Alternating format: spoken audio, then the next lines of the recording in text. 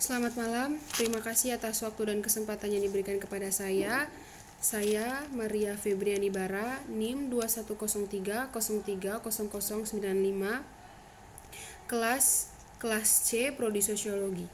Di sini saya akan menjelaskan buku ke-6 tentang politik disintegrasi. Konflik dalam hubungan terutama antar etnis, agama, dan golongan sebenarnya merupakan kenyataan yang wajar dalam kehidupan masyarakat.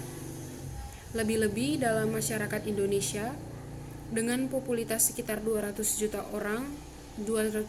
orang lebih. Namun, menurut Nasir 1993, kenyataannya menunjukkan bahwa integrasi yang mengarah kepada penataan kembali satu-satunya sistem sosial dalam masyarakat di mana antar suku bangsa pemeluk agama itu hidup berintegrasi satu sama lain dalam masyarakat. Dengan menerima realitas konflik sebagai kenyataan yang biasa tidak lain ini disebabkan masyarakat Indonesia itu sendiri yang pluralitasnya adanya di samping pula faktor agama-agama besar yang bersifat ofensif.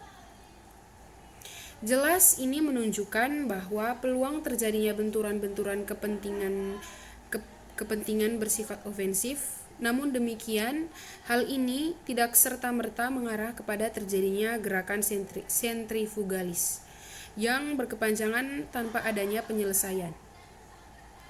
Pada tataran selanjutnya, antara suku bangsa, antara agama, selalu muncul tindakan yang mengarah kepada proses integrasi yang menekankan persatuan kembali.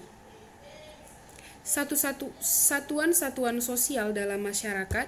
Sebab itu, dalam setiap masyarakat senantiasa adanya pola-pola hubungan sosial, antara lain mewujudkan dalam proses integrasi menurut Garang 1985 adalah proses peleburan semua jalur sistem sosial yang ada di tengah-tengah masyarakat hingga terwujud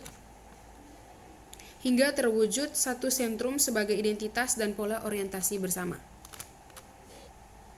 Sementara konflik menurut Saifuddin 1986 adalah